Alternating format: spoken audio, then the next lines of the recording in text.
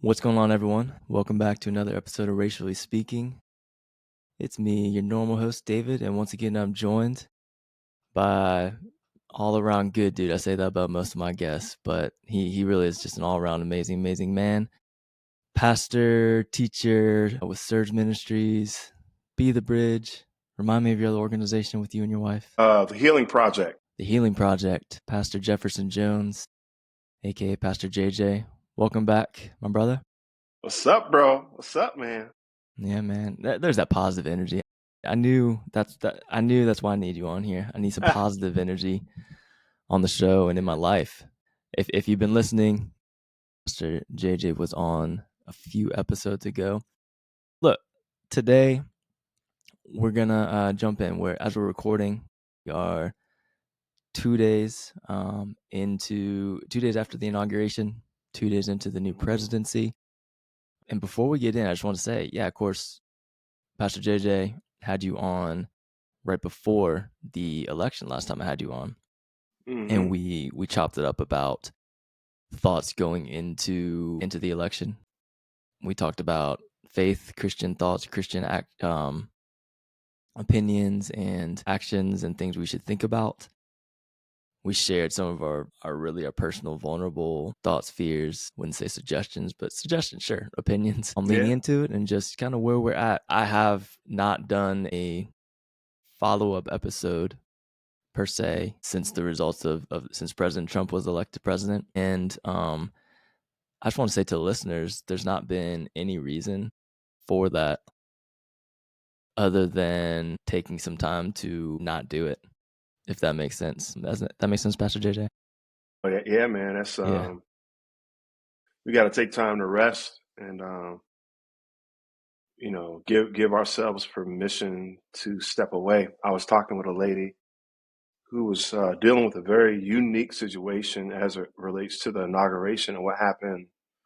Also, been what 8 years ago when he was president, and the complexity and the pain and the struggles that she was facing caused her to not watch the inauguration because she had other things going on in her life that took precedent over that. And she made that same decision this year. And I told her, you have a right to your feelings and you have a right to take care of yourself. And that's by any means necessary. Yeah. I think the word complex is a helpful one to kind of summarize whether or not you did or how much you engaged or disengaged. In my case, I was engaging behind the scenes with people and just kind of processing. I texted with you some even. And what I don't mean, just to be clear, is I didn't purposely, respond a whole lot since then out of pure bitterness, like, oh man, I don't like the results, so I'm gonna disengage. That's not what I did. What I'm saying, it's more so we're just so inundated with everyone else processing and opinions, and there's a lot of great resources out there that I'd prefer listening to myself and people listening, and I just didn't feel like I had enough unique thoughts to put into a full episode that were going to be worth putting out. And so here we are, 2 days after the inauguration as we're recording this. Shouldn't be much longer by the time you're listening after that. And Pastor JJ, I wanted to have you back on to honestly have some follow-up raw thoughts about what's going on. We don't have to talk a ton about necessarily the election because it's been a minute, but the inauguration just happened. We got a new president. President Trump is back. He's back in the White House officially as we're saying this. And there are, of course, as I said, inundated lots and lots of thoughts over the last 48 hours that I want to process from multiple lenses and perspectives. But our listeners know this by this point. But as people, as men of color, men of the Christian faith, who are engaged with following these politics through those lenses, at least, I wanted to have some honest dialogue about this. I want to speak for ourselves and also speak for the people we feel comfortable speaking up for on here as well. I want to say something very gracefully, and I'm going to toss it up to you for a little bit, Pastor JJ, that's also laced with a good amount of truth. Yeah. I wrote this down kind of some of my personal time, but I've seen a lot of Christian responses. I've had these personally too. There's a perspective out there that is, I think, diminishing concern, the concern and maybe even hurt and fear of people now that Donald Trump is back in the White House. And I just want to say this. I think, and I want this to be helpful, not condemning, but I'm of the belief that if you are someone that is having trouble understanding what people are so concerned about, or that people are even concerned or fearful, you're just not in close enough proximity to, I say, Black and brown people. Come on. And the queer community. Say it. And I don't want to say that in a way that is condemning and like, okay, case closed, we got nothing to say to you. It's not what I'm saying at all. I say that encouraging, if that's you listening, to take the help and lean into the opportunity that you have now to befriend those communities, to study, and to surround yourself with people you're not used to being around, whatever that would look like, because it's a great opportunity to gain some empathy. I wanted to launch because that's kind of what I think is some of the backdrop of where we're going to go. Pastor JJ, would you agree? Bro, that's how you know when you're connected to the right people, and when you know God is in something. I believe really God is in this moment with us. My first line I'll save, but no, I'll say my first line, but my second line is going to hit, and you're going to hear it. We are compelled by Jesus' love, not the law. Yeah. Yeah, let me hear that again. Yeah, we are compelled by Jesus' love and not the law. Mm-hmm. Yeah. It is his love. It is his compassion, God's compassion, love for us that caused Jesus to not just die the way he died, but to live the way he lived. Mm-hmm. And so in his love for man, regardless of beliefs or what they practice, he chose to be in close proximity to them. Yeah. Listen to this quote now. Yeah. Proximity changes our perspective and broadens our vision. Yeah. That's Michelle Warren in a book called The Power of Proximity. Then she went on to say this: as American Christians within the pragmatic evangelical paradigm, we recognize all too well that our vision is limited, so we spend money, time, and resources to shape and expand our lens. So what we have here, brother, as you are mentioning, calling people to live in closer proximity, you're coming against people's comfort in their systems and their ideologies and how they've spent time, money, energy building, sharpening their lens, which causes them to keep a distortion not only of other people that they don't know, but then also of Jesus. So we got issues on the hand, sir. This is right on. And so I had the question, just the hypothetical, this question for people to consider: who is expanding your vision and how you see people who don't think and believe like you? Yeah.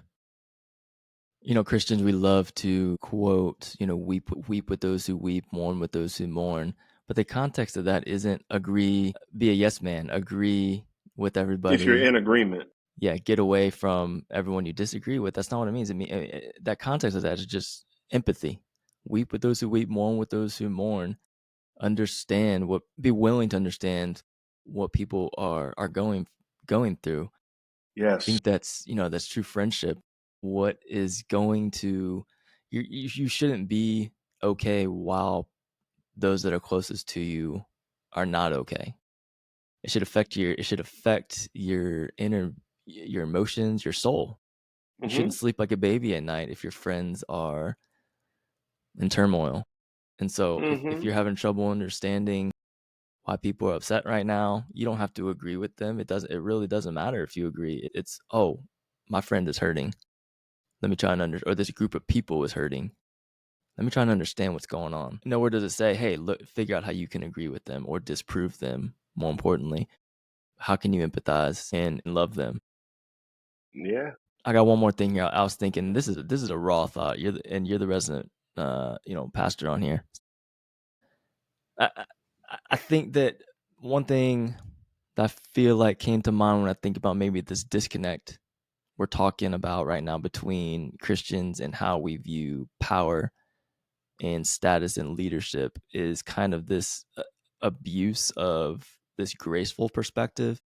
A common phrase is like, believe the best, or we have to, just trust God is in control. Those are two things I practice regularly. Believe the best, because I think that helps not breed bitterness. Like, always believe the best until proven otherwise. And then obviously trusting that God is in control. But I think that can also be a way to abuse grace and give license to never speak truth to power. Like, I think the Bible has plenty to say about doing that as well as respecting authority. And I was thinking about Paul, the Apostle Paul. Everyone knows who that is. Before he was converted and he was Saul. Like I said, this is a raw thought. To me, I think about his conversion story, super, super radical, out of Acts, where, the scales are taken off of his eyes, literally, as he comes into relationship with God, with Jesus. And I think that story, the conversion story, can be used to be an example of, see, like, God can do anything. Like, look at Paul, like, he hated and persecuted Christians. Now, he's leading Christians. And then fast forward, people are a little bit like, oh, whoa, Paul, this is Paul. Like, I'm kind of scared. Like, this guy's like wants to harm Christians. Right. And to me, that's true. But I think that it seems like this sentiment right now, painting with broad strokes, for Christians, is that we wanted to elect Saul, not Paul, if that makes sense. Meaning, like, we want to give him this power under the guise that, okay, like, the Lord can do it. The Lord can do anything. Like he can change, or like he's in control. So this must have been God. He got elected. He's the president. This is God's will. Like, it's ordained by God. Like, stuff like that. President Trump thinks he's for him say he's God ordained. Like, I think we're too shallow in saying, like, well, this is it. Like, let's see what happens. Yeah. There's a disconnect between the cost of that kind of lazy perspective. And I mean lazy of just like, well, go a little deeper. And I think you would see kind of the error or danger in how that affects it's going to affect all of us, really.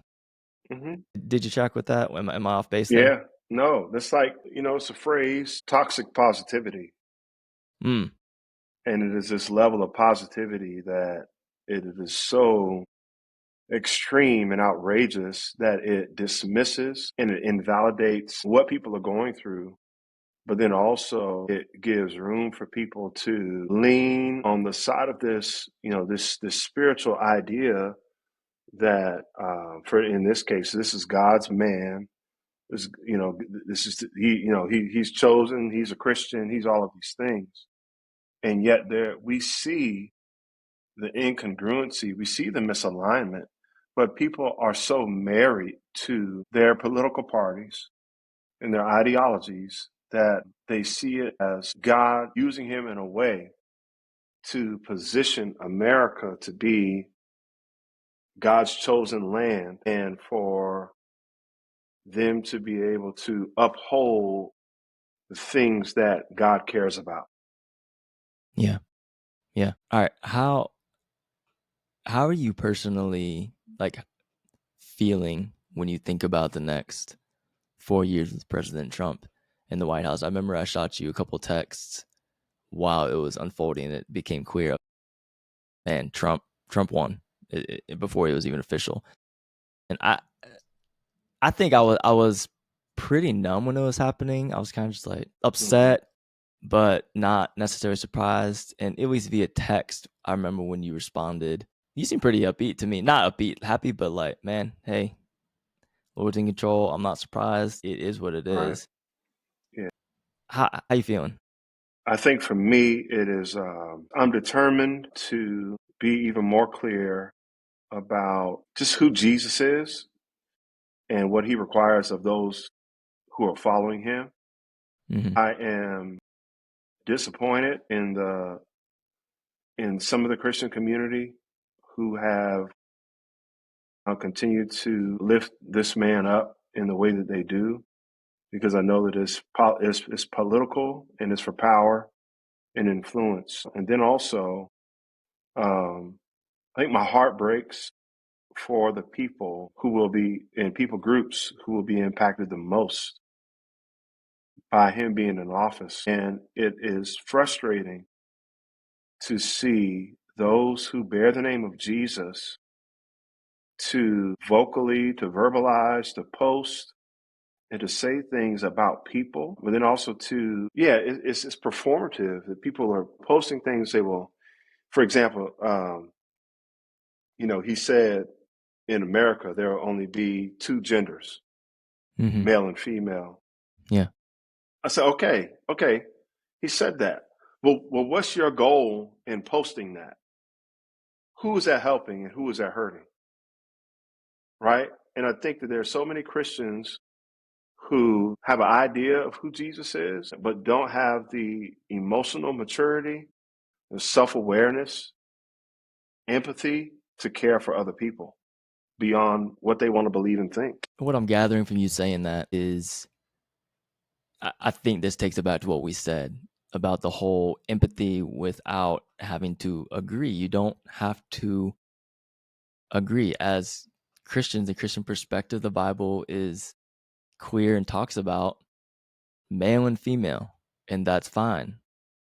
Christians can still hold fast to that and agree theologically with Donald Trump saying that, Right. while acknowledging you spouting this off and kind of bloviating on day one right away and signing this bypasses the reality. And some people might not even realize this because of, being not in proximity, but not realizing and discounting this puts a target on a lot of the queer community, and like literally a target, like it emboldens hate crime. Yep. And that is facts, and is what does happen when stuff like this is proclaimed in the way that President Trump proclaimed it. Right. That's not speculation like, and I'm fearful. It's like, I'm fearful because this does happen. Like, if it doesn't happen, it'll be surprising.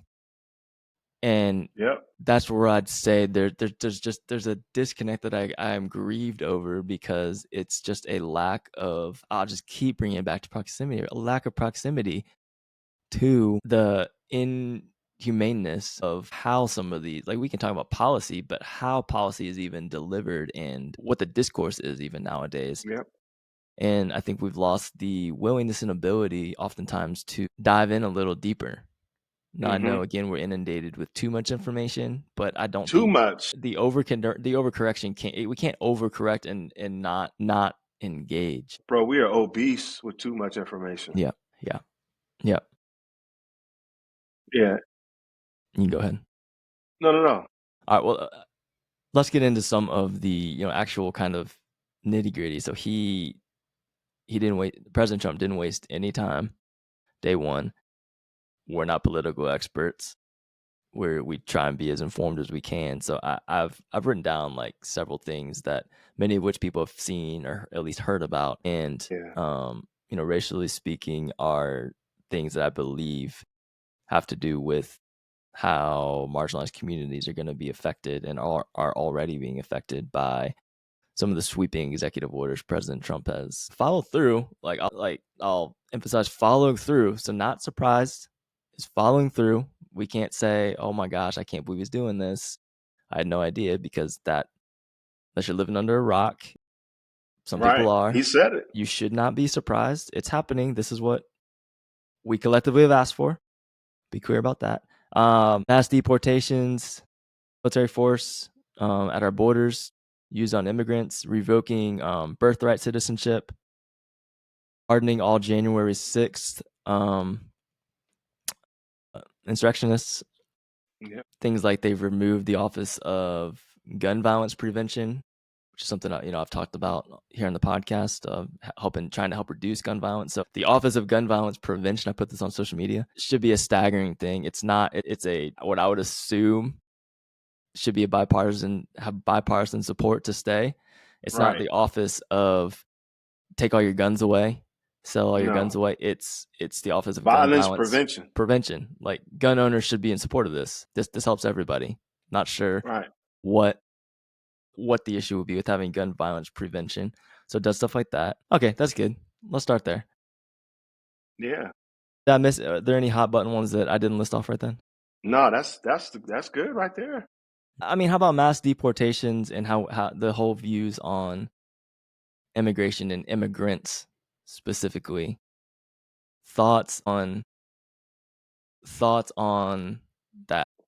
It's bananas. Because, I mean, first, we know as Christians that America isn't a Christian nation.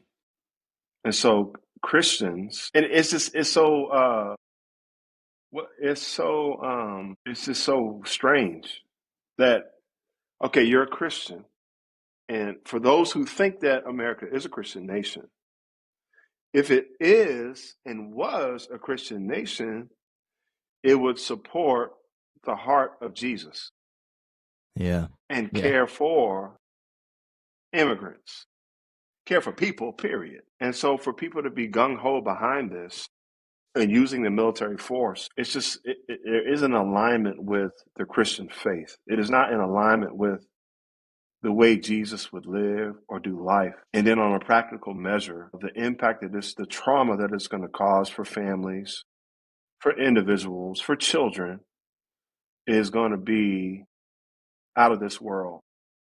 And 50, 100 years from now, we're going to look back. You're going to see in the history books, in the documentaries, of how this impacted people. And it's wild, man. And it makes me think revoking birthrights, like turning things over, and that's backwards. It's the most unchristian thing you can do, taking away citizenship. Yeah, yeah.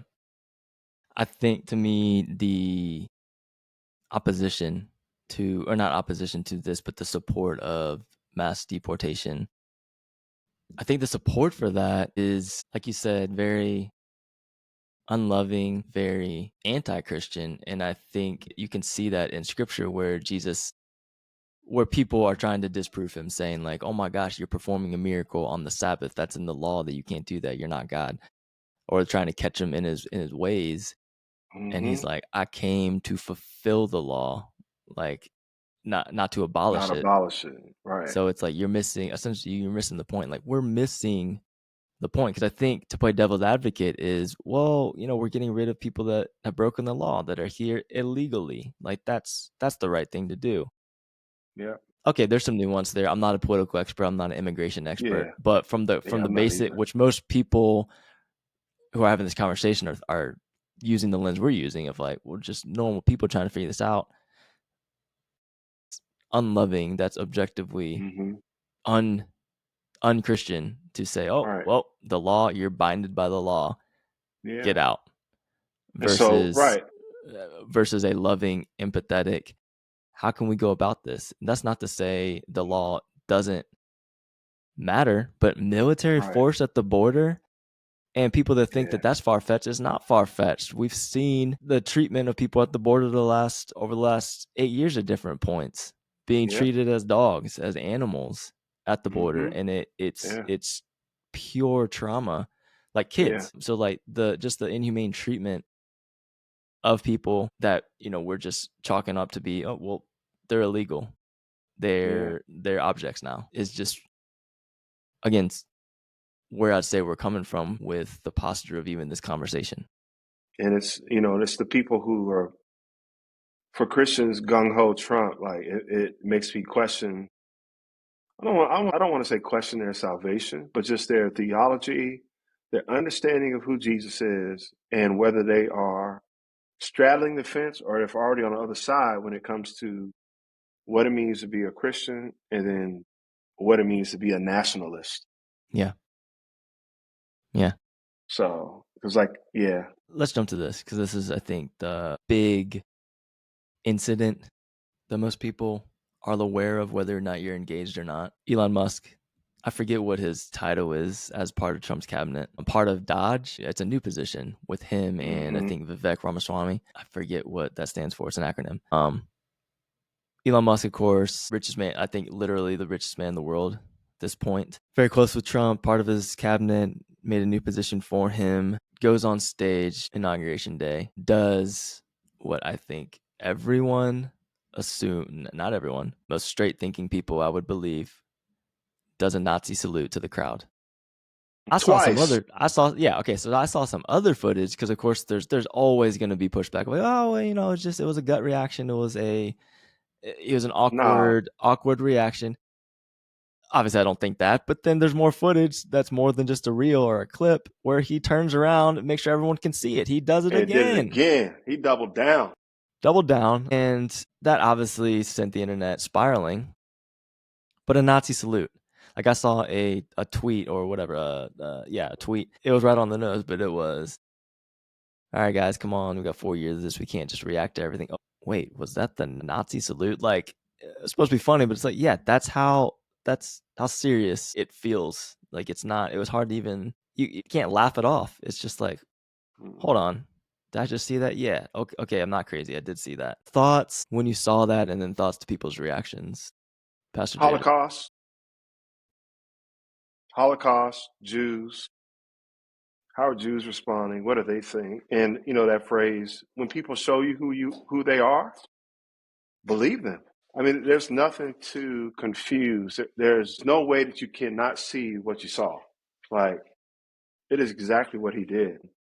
With all the talk and all the things that this man has done, Elon has done over the last several years, it's tracking. It tracks with who he is as a person, with the racism in the workplace, things that he's said, things that he's done, things he's supported, and things that he's pushed. Shows you who he is, and for him to have the level of influence and power in the White House that he has, again, it goes back to that giving people the green light to be racist, to be white supremacists. I'm just going to call a thing a thing. Just as we call out sin in the Bible, we call it what it is. And that is, we are seeing white supremacy on full display. Yeah. It's so And it strange to does me. matter. Yeah, it's so strange to see how unequipped we are to react to this. Like you said, I wasn't believe people are who they should. What'd you say? When people show When you who people they are, show you believe them. who they are, believe them. Right. This wasn't surprising in the case of Elon Musk. Maybe a touch of surprising just because of how offensive and provocative that doing that is. I thought about, this is being broadcast all over the world. He might as well went on and had a Confederate flag up there with him. I mean, this is being broadcast all over the world. Like, what are people thinking? Like, what would we think if it wasn't here? Like, I'm just like, we are so ill-equipped and so far gone. We're so traumatized over the last 8 years of all of this shenanigans, to put it lightly. Yeah, and I don't know if you remember last year there was a season. I remember when, because this happened when something happened to my youngest. It happened this time last year.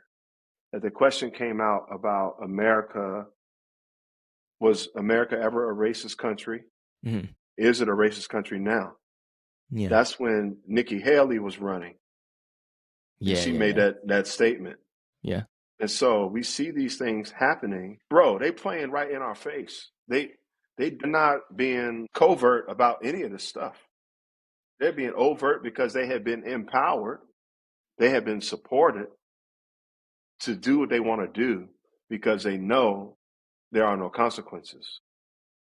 No And consequences. Yeah. too many Christians, I'll be even more specific, too many white Christians and too many black and brown Christians and other minority Christians are indifferent about these things, and they act as if it doesn't matter when it really does. Listeners are seeing some of the specificity we've had of why it's not just us talking, but it's no, these are specific things of how people are affected by a Nazi salute, by an executive order of mass deportation. It's not just, that's on TV, that's the news, I can still go about my normal day Bro, this stuff unaffected. is It's like, nuts. no, that's not actually how this works. These people only are going through, taking these measures, taking this much initiative to get these places of power because they know it does affect people and they can affect people. Yeah, just even to be real, to be even more practical, touch home. Like I live in Duluth, Georgia, and here, and then also in a lot of the places that are touching Duluth, there's heavy Hispanic community, Mm-hmm. heavy Indian community, and heavy Asian communities. And so we are not just seeing, what's happening on TV. We're living this stuff out. We Yeah. talk about proximity. Yeah. My sons have friends from different ethnic backgrounds. Our son's friend circle is very diverse. And so, but when you're doing life with different people, you feel what they feel Yeah. because there's a different level of intimacy.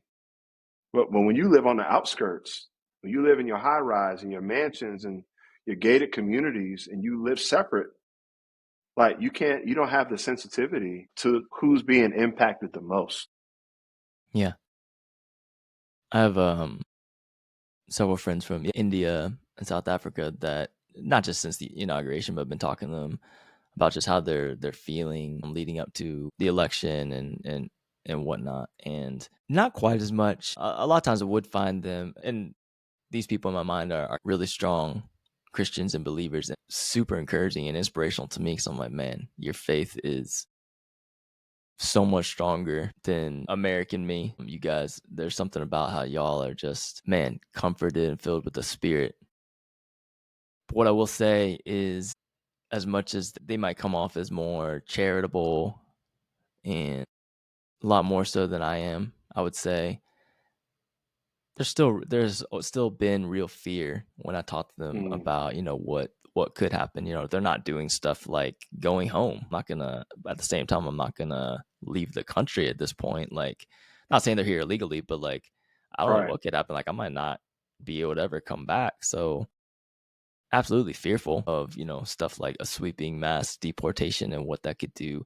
Not just that, I want people to understand, not just that they could get deported, but Hmm. what that does to their everyday life. Like, they work, they live normal lives here. Like, Right. how emboldening people to look at them as the foreigner doesn't belong here, Hmm. and what that does for their safety, fearing for their safety, Right. fearing of stuff like, a hate crime being categorized as something they're even not, like, wrongfully. Like, I think people, it can be naive to think that if and when these mass deportations are to be carried out, that it's going to be carried out in a smooth way.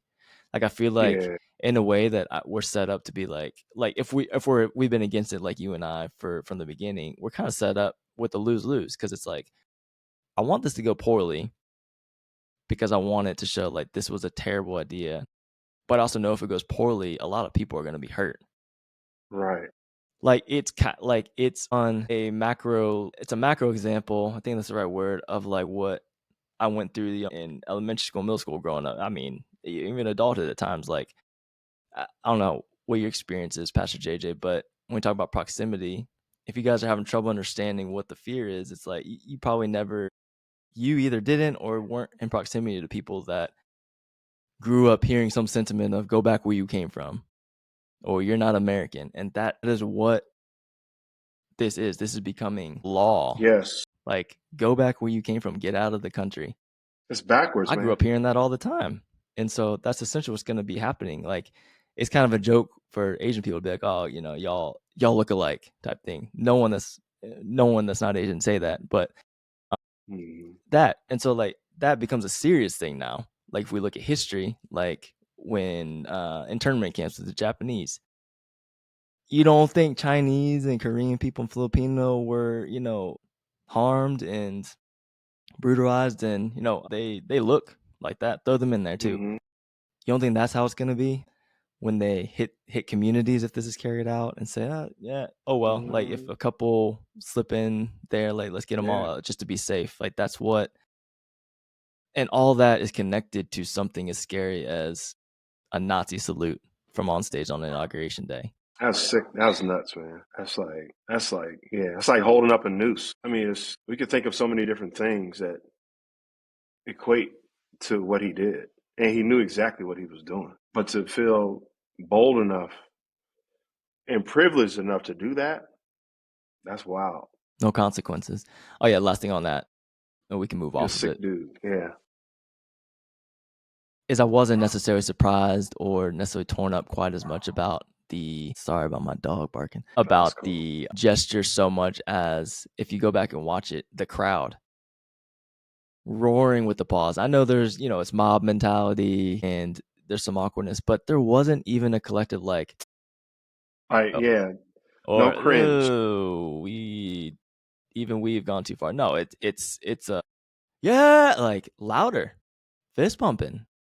Right. It's like give us Barabbas. Yeah, like louder, like, and then like I said, he turns around, does it more. Like, let me make sure everyone sees. I'm gonna do it again. Right. Let People me getting make sure like, you see this is yeah, what I did. let's go. It's just, and then this is from honestly, this sounds kind of like I feel like a churchy statement to like put out a fire, but it's from the Anti-Defamation League. It says, in this delicate moment, it's a new day, and yet so many are on the edge. Our politics are inflamed, and social media only adds to the anxiety. So blaming social media. It seems that Elon Musk made an awkward gesture in a moment of enthusiasm. Not a Nazi salute, but again, we appreciate that people are on the edge. In this moment, all sides should give one another a bit of grace, perhaps even the benefit of the doubt, and take a breath. This is a new beginning. Let's hope for healing and work toward unity in the months and years ahead. I think that's what we're talking about at the beginning. An abuse of that sentiment of let's just give a little bit of grace, let's not overreact. Like that is, I don't know what's going on behind the scenes. My friend sent me this the next morning, after inauguration day. So I guess yesterday, and it wasn't somebody trying to argue. It was just what you think, and my immediate reaction was like, "That's a ridiculous response. That's a ridiculous response." There's no part of me that doesn't think he did that on purpose. Maybe the 1% of me that would entertain that it was an awkward gesture doesn't even really have any weight, because that 1% to me is it's what it represents overall. Like the awareness, like you said, the knowing that he was confident enough to be able to do that, had the privilege to be able to do that.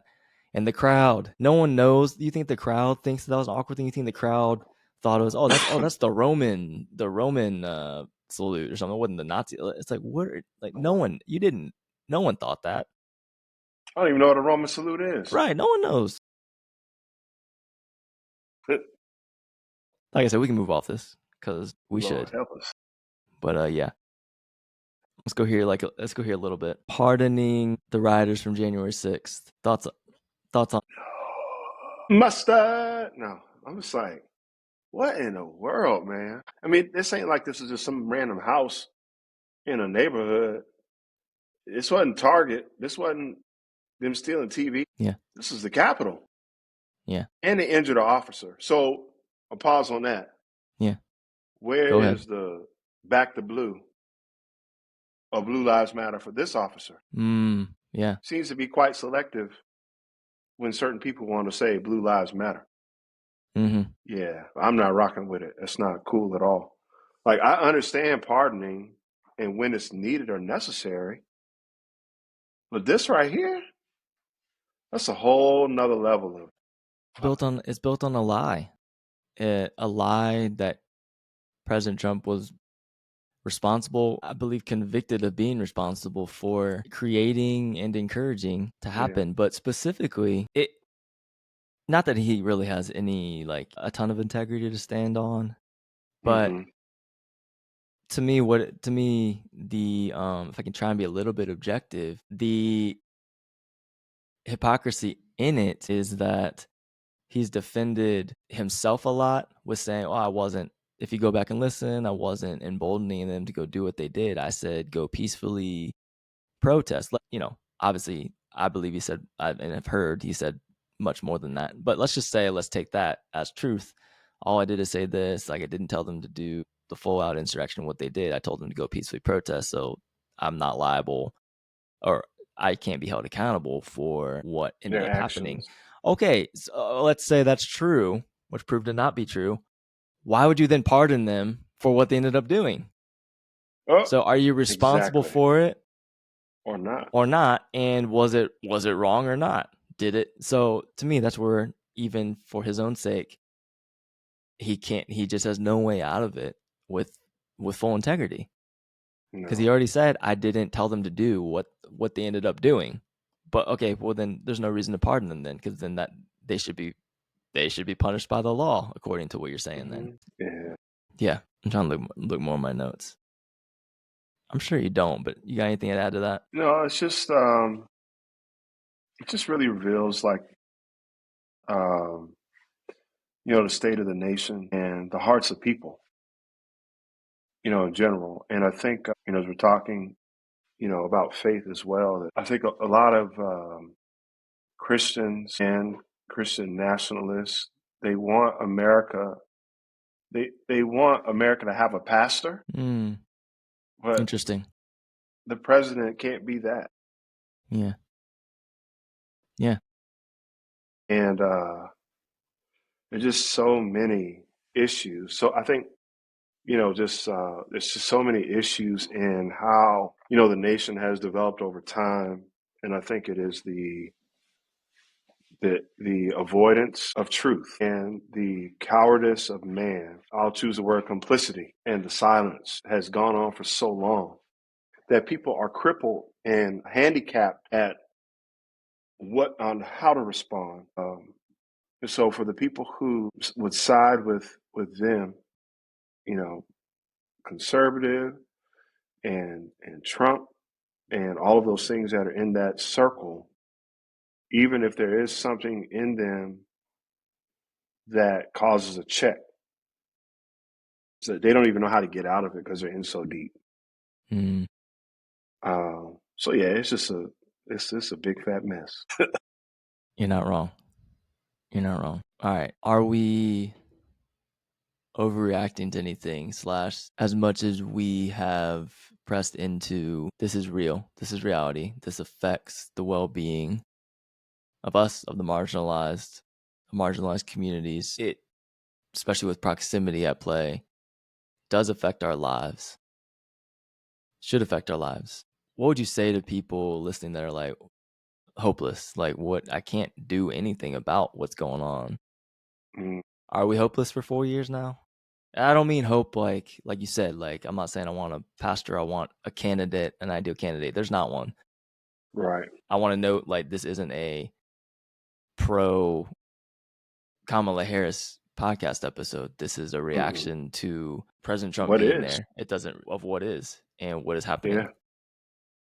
What do you say? Yeah. What would you I say that we're not hopeless, even in the midst of the continual setbacks and I would say the loss of hope from the continued backward steps in this nation. And so I just think about, you look at the inauguration, and it was on the day that we celebrate MLK, and my wife and I were having conversation, and others as well. It's about, man, how would Martin Luther King be responding to this today? Yeah. And no, he's not Jesus, right? But he is, if not top, he is easily top 5, if not higher, influential men in the world. In the world. For sure. For sure.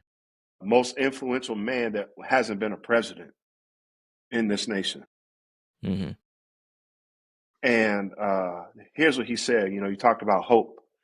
And, when hope begins to die, it's hard to act and to move. And so, but, is there anything that we can do? And I wrote down this quote from his last book he wrote in 1967. And it's called Where Do We Go From Here? Chaos or Community? Mm-hmm. And he said this. He said, and so we shall have to do more than register and move than vote. We shall have to create leaders who embody virtues we can respect, who have moral and ethical principles we can applaud with an enthusiasm that enables us to rally support for them based on confidence and trust. We will have to demand high standards and give consistent, loyal support to those who merit it. We will have to be a reliable constituency for those who prove themselves to be committed political warriors in our behalf. And so, when I read the words of MLK, and think about things like this, that we got to understand the power that we have as a people and as Yeah. a community. And Yeah. so this goes back to, community, and what are we going to do in our different communities to rally to make change first where we are. Back to that word from the beginning, proximity. Mm-hmm. I think people give the president does have power, but we look at the president and we forget about what we have on the grassroots level. So yeah, even though there could be a shot at hope and we can, take some jabs here and there, I think we just have to be able to have space, like you said, to rest, to step back and reset. Because you can't reset in the chaos. Yeah. You got Yeah. to you got to find ways to step away and go to your community and go to trusted people, like-minded people who have common interests, and find hope and build there, and then keep moving, keep acting. Like, people, I know there are people who are checking out, making posts and saying things like, I'm on a sabbatical for the next 4 years.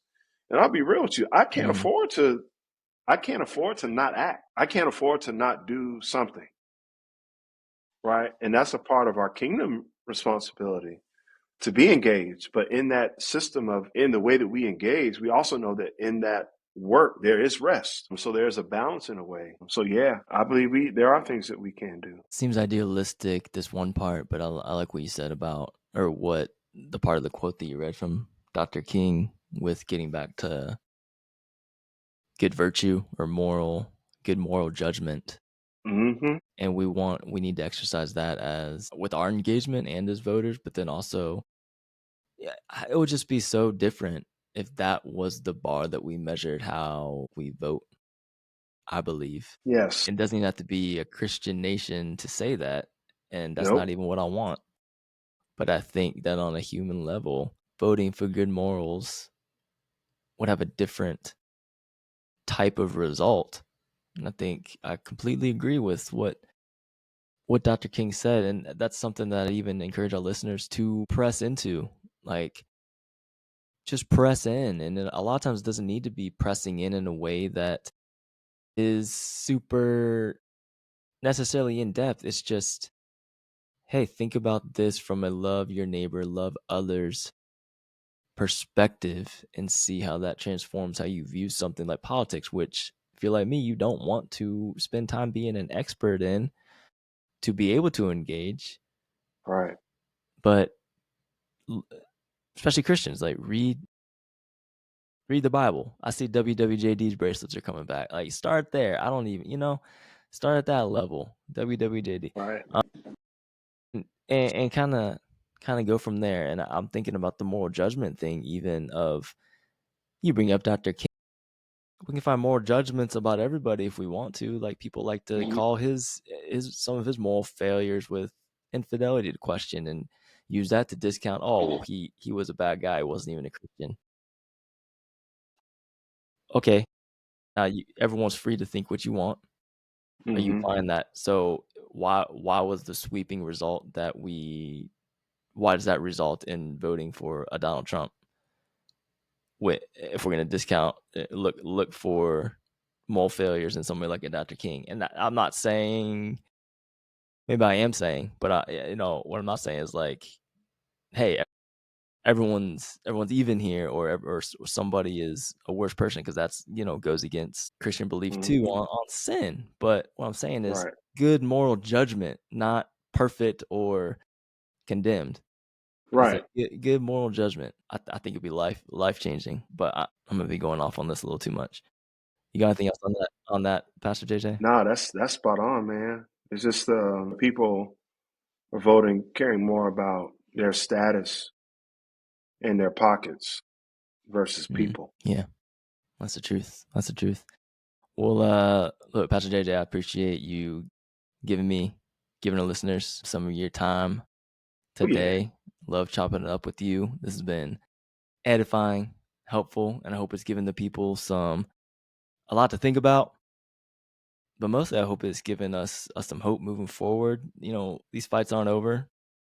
We can move forward. We're not hopeless, but y'all, proximity to others. Stay engaged, take care of yourself, but stay engaged with what's going on. For better and for worse, this is what's happening. This is reality, and we got to keep it moving. So, Pastor JJ, thank you so much. Listeners, thank you for listening. The music you're listening to is done by our guy Dylan Dent. Our artwork was created by Ashley Bush, and we'll see y'all next time. Peace. Peace.